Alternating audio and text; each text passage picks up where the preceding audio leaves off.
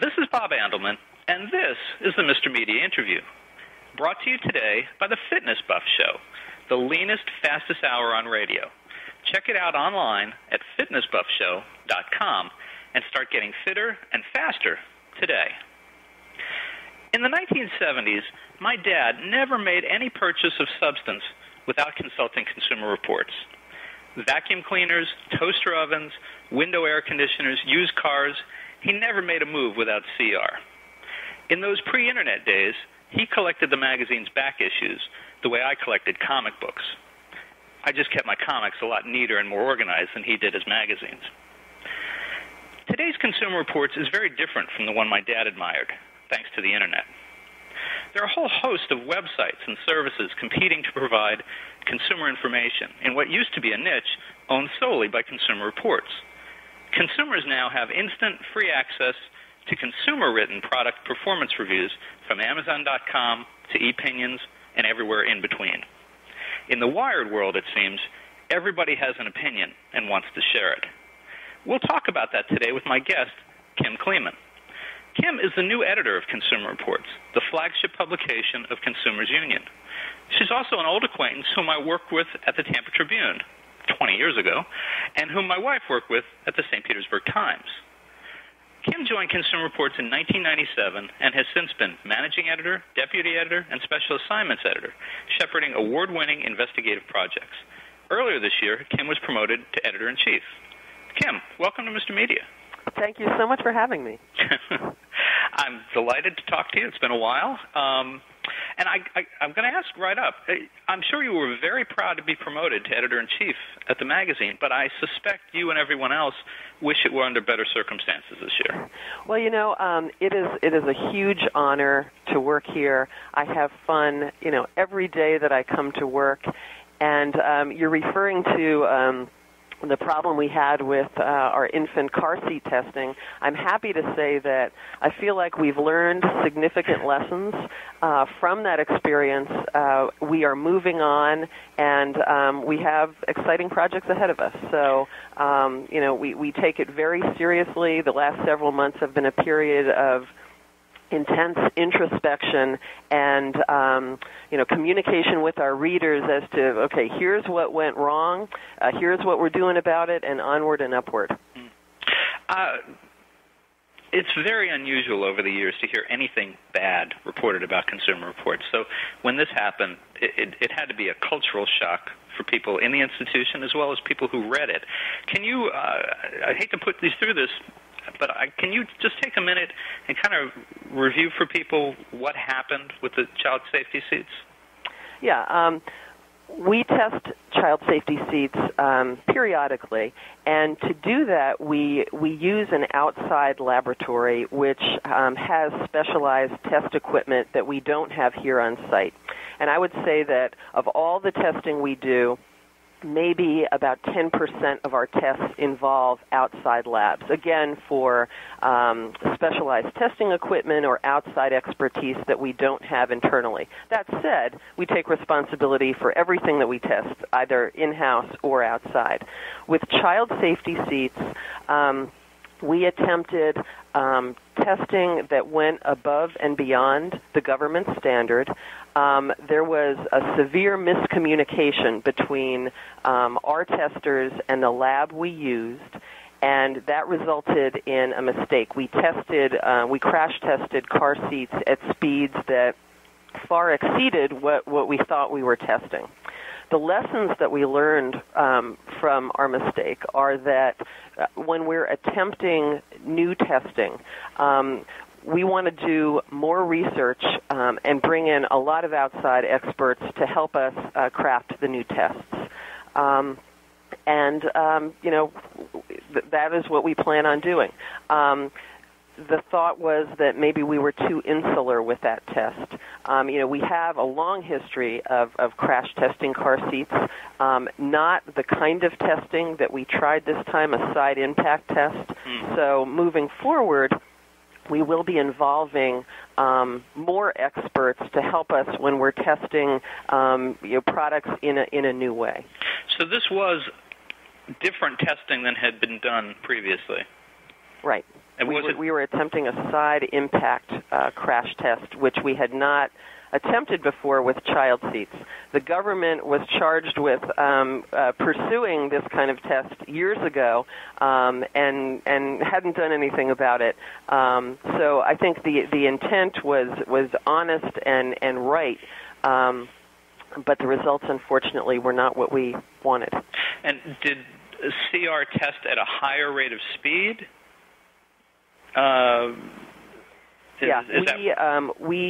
We thought we were testing a side impact at 38 miles an hour. It turned out that the crash speed was roughly double that. Oh my God. So that invalidated our car seat tests.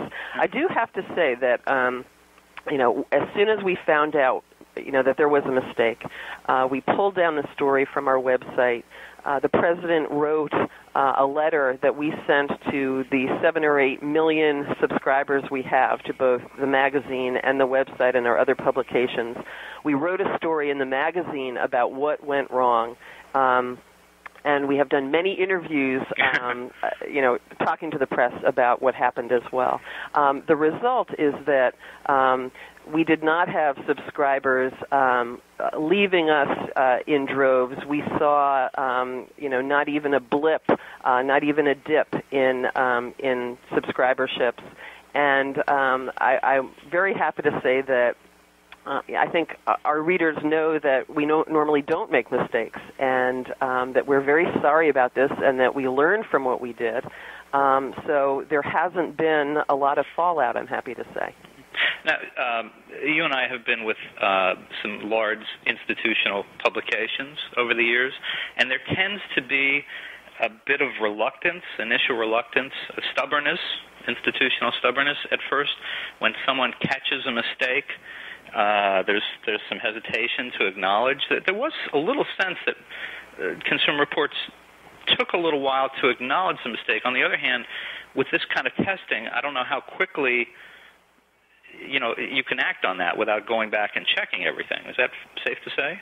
Well, let me say that with us, there was no hesitation. The government tried tests that we did, and as soon as the government said, "Hey, listen, we're not finding the results that you are," we met with them, we retested, and within a day we had pulled the story. So I would not say that there was hesitation on our part or, yes, it's right, whatever. If a manufacturer for any test project questions what we do, we gladly bring them into our headquarters here in Yonkers and show them the results of all the tests for their products. So we are very open to share how we tested and what the results are. There was a particular manufacturer that was affected by this, wasn't there? There were a few manufacturers. There were several car seats for which we said, these do not perform well in the tests that we did. And there were some car seats. There were 2 car seats for which we asked for a recall. And again, we are about to come out. We are in the process of retesting all the seats that we tested. So we're about to come out with new information as soon as we have check tested the current tests that we're doing. See, I was going to ask you how long before the magazine would do another review of child safety seats, and that again, other publications would have this experience and would be like, they're not going to touch that with a 10-foot pole. Consumer Reports has a slightly different obligation from its mission, right? Yeah, our only constituents are consumers, and we feel that, and Consumer Reports is all about product safety. So it's obviously imperative that whatever we do it right, but we cannot shy away from testing child safety seats or anything. And are there particular editorial safeguards that have been put in place to try to prevent something like this happening again? Well, the way that we write stories and research reports here, we do everything as part of a team. When we work together at our various newspapers, it's the reporter and it's the editor, and you often do your own check testing of the facts, and bam, it goes into the newspaper. Here, again, everything involves a team, such that there's a tester, a main tester, a project leader, and a technician, and there's a reporter, and there's an editor, and there might be a survey researcher, and there's a fact checker. So, the safeguards that we've implemented affect the whole team and how the team works. And again, a lot of it is when we do new kinds of testing, okay, what is everything we know out there about the kind of testing that already exists, and what experts should we call in to talk to us about the new way we're considering testing and all that kind of stuff. So that is the model that we're using to proceed. How you were promoted to editor-in-chief not too long after all this kind of broke. How do you get back to the mission of the magazine after an incident like this and restore staff morale, which I'm sure must have been a little upended? This experience caused so much soul-searching for our organization. Of course, we took it hugely seriously. And I think the best way to move beyond something like this is to acknowledge the mistakes that we made, to be very clear about what we are doing such that this doesn't happen again, and to focus on the new work. Because, as you said, we can't stop testing. We can't be afraid to test, but we have to continue and do it right. So I feel good about where we are now in that, we're moving on to, all kinds of testing, and we're continuing with, those kind of flagship tests for which we're known, and I feel that we're getting beyond it. You'll be happy to know that we're beyond that topic now. Let me ask you about a different kind of testing, something that's really come into the public conscience the last couple of months, and that is tainted food from overseas, in particular China. Is that something that Consumer Reports can and will deal with, or is that beyond the scope of what you guys do? No, it's absolutely something that we're dealing with. Let me say that several years ago, we put out a report called Hazard in Aisle 5 that took a look at imports, especially imports from China. And we didn't look at food specifically, although, as you noted, that's clearly part of the mix now. But we were looking at the Consumer Product Safety Commission and what they spot check and what they're missing and why that's happening. We sent shoppers out throughout the country pulling products off dollar store shelves and discount store shelves that looked iffy, and brought them back to our labs and tested or otherwise examined them. And we found, my favorite item that we found in that investigation was Baby's First box cutters. The label, unbelievably, the label said, not for children under 3 years old. But these were actual box cutters, one that was pink and one that was blue. And, the question is, why is that stuff being sold? Whose idea was that? Excuse me, were you going to say something? Whose idea was children's box cutters? I don't know, but all of which is to say, we've really been looking at the quality of products on the shelves for a long time, and, we're definitely going to be continuing. The Consumer Product Safety Commission, it's been consumers' unions' judgment that, that they are not asking for enough money to do the job that they need to do. In an era where so many products are regulated by a kind of voluntary standard and not mandatory standards. And the Consumer Product Safety Commission's attitude is, it's a voluntary standard. You can't expect us to oversee everything.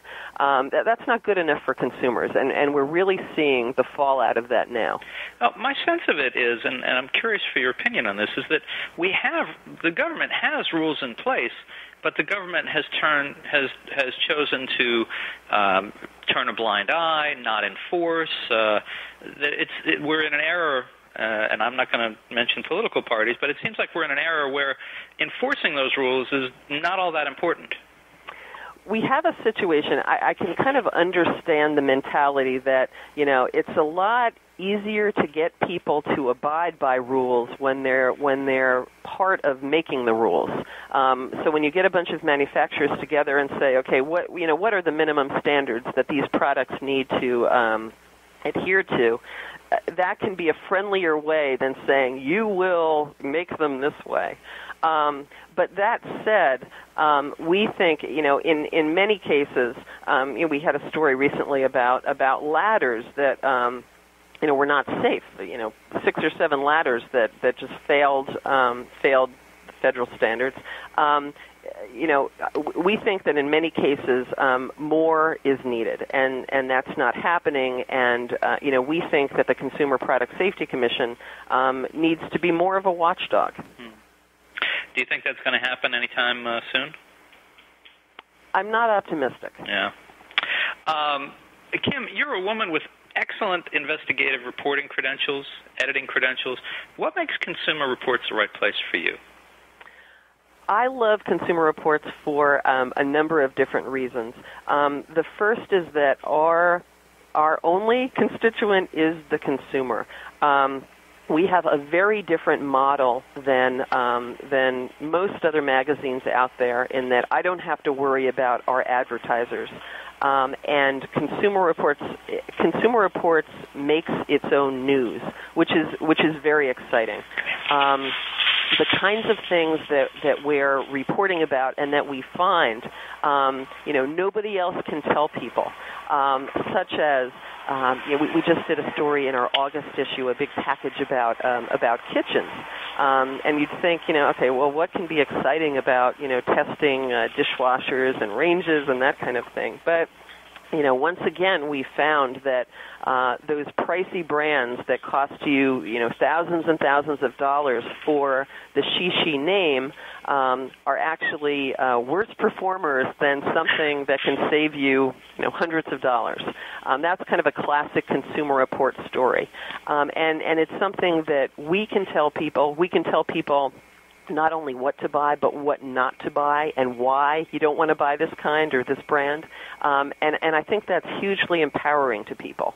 Consumer Reports, what I want to do as editor is elevate service journalism even higher. That's what we are all about here. I think it's a very noble calling. I think journalists kind of look at service journalism as, maybe that's where you start out to cut your teeth, but I want to move on to, something bigger and better. But there are great stories in service journalism, especially as we conceive it here, which is, what is happening right, what is happening wrong, why this stuff should be off the shelf, and that kind of thing. So all of that is why I'm really excited to be here.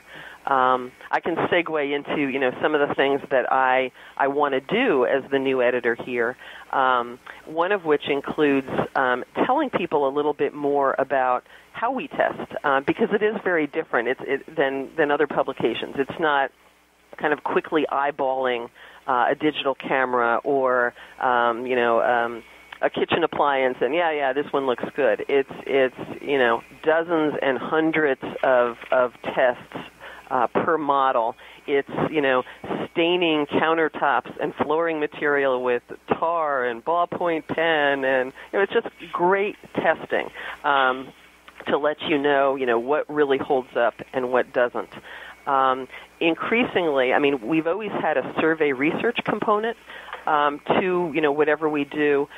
People talk about community as it applies to the web, and that's kind of the new terminology out there when it comes to the web. But we've been doing that in the magazine for decades and decades. We send out an annual questionnaire that is second most in size only to the U.S. Census, where we get information year after year. What do you own, Mr. Andelman? And, has it needed a major repair lately? And when did you buy it?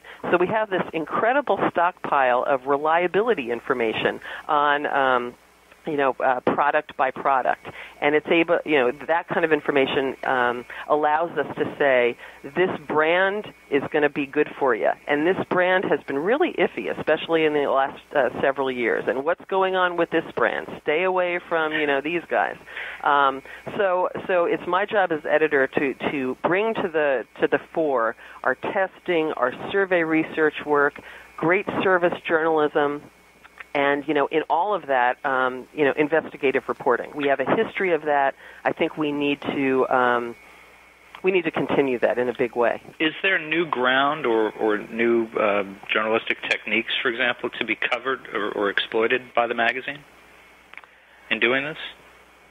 Well, I mean, every one of our best stories, I think, involves a significant investigative reporting component, a significant testing component, and a survey component. And when we can combine the three, it's just a home run. So I don't know if I'm answering your question, but what we like to do is employ all of our kind of powerhouses of information for our reports. That said, I mean, that's hard for a lot of publications to copy because there's a certain way you have to test stuff in order for it to be credible and valid. So, it's a model that works very well for us because we're fortunate enough to have the resources. I'm not sure everybody could replicate that. Newspapers and magazines, but newspapers are cutting back like crazy. They're cutting back their arts coverage. It's starting to bleed over into investigative reporting. As such, what's the environment like for that for investigative reporting at Consumer Reports? Are you picking up staff? Are you finding that skilled investigative reporters who might not have been interested in service in the past are coming around saying, maybe I ought to give this a try?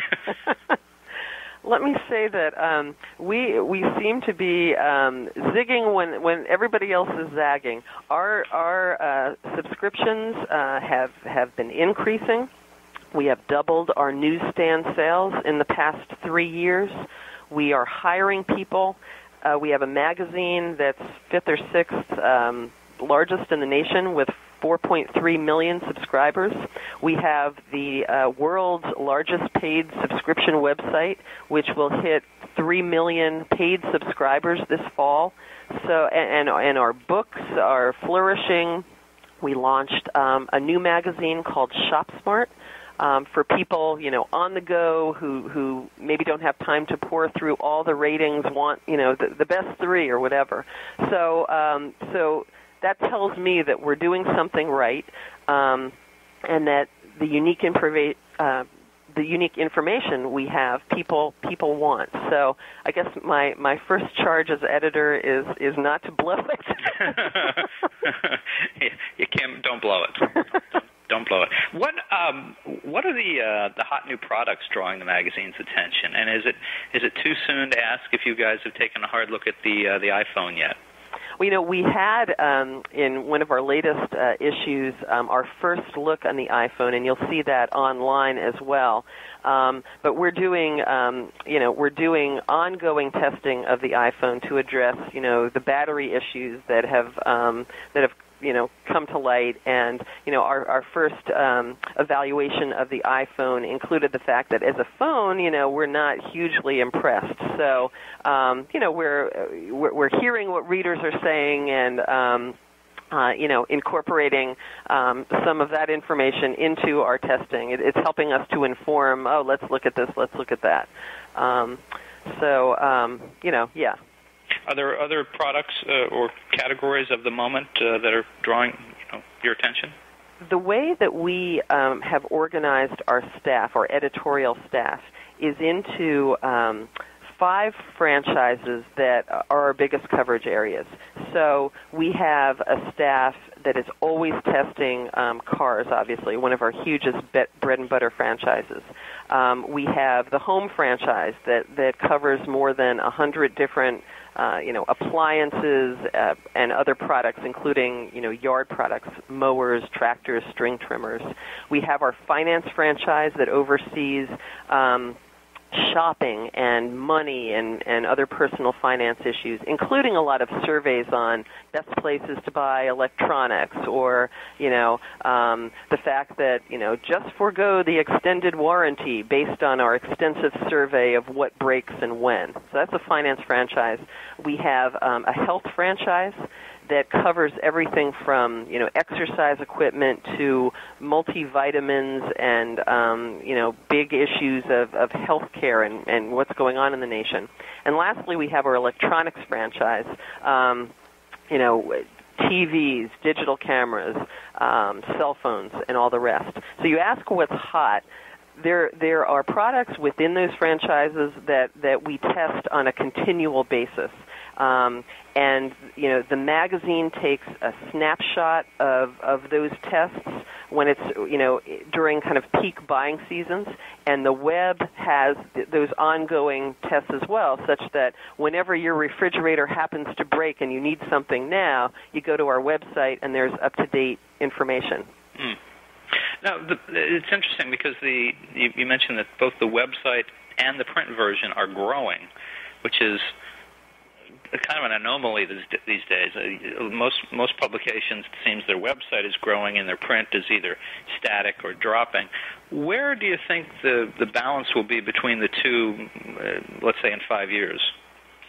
It's interesting that you would think that there would be maybe more people who are dual subscribers. We're finding that of the 4.3 million print subscribers and the 2.8 web subscribers, we have about a 500,000 overlap.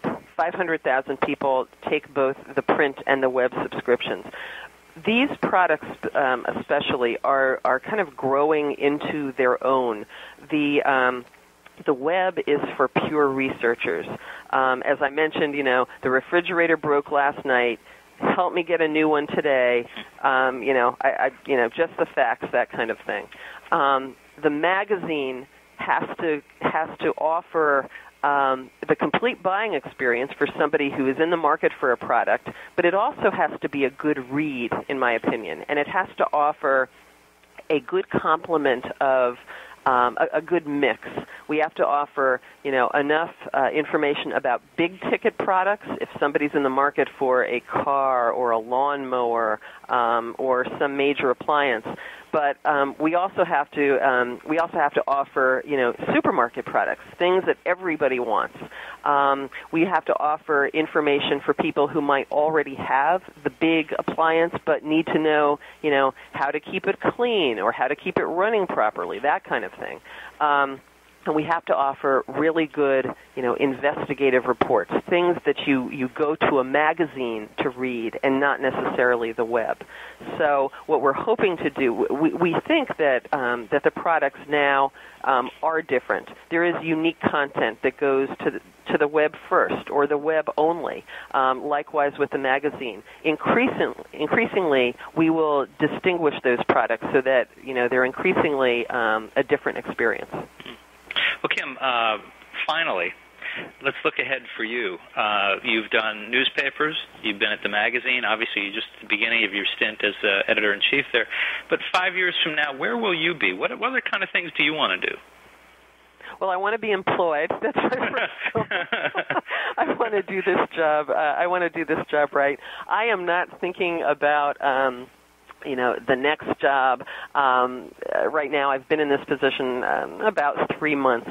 I am looking to make this magazine, the best read that it can be, just the absolute premier testing and research publication and consumer journalism publication it can be. So I am very happy now. I think I could probably end my career 25 years from now in this position and be wildly happy. And I just hope that our subscribers are happy with me and my boss is happy. So I hope to see myself here because I've never had a job that I've loved so much. Oh, that's great. Well, Kim, thank you so much for joining us today on Mr. Media. Thank you so much for having me. I've really enjoyed talking to you. Excellent. I appreciate that. Folks, if you'd like to keep up with Mr. Media's Friday interviews, you can subscribe to the site via email at www.mrmedia.com. You can also subscribe to the audio feed in the podcast section of iTunes. Thanks for joining us. Please come back next week for another Fridays with Mr. Media.